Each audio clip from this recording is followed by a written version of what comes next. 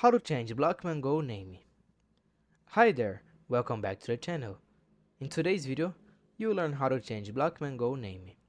To change your name, nick or username in Blockman Go, follow this step. Steps to change your name in Blockman Go. 1. Open the Blockman Go app. Launch the game on your device, Android or iOS. 2. Log into your account. Ensure you are logged in with the account you want to change the name for. 3. Tap on your profile. Tap the profile avatar in the top left corner of the screen. This opens your user info or profile page.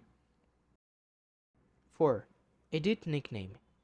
Tap the pencil edit icon next to your current username or nickname.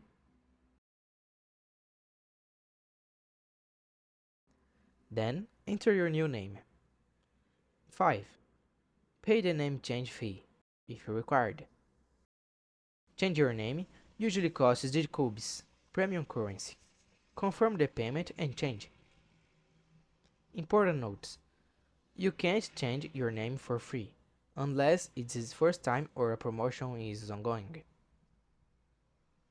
Name must follow the game's guidelines. No inappropriate content. You might not be able to reuse a name already taken or recently used. And you can only change your name in every 30 days in some versions. And that's it.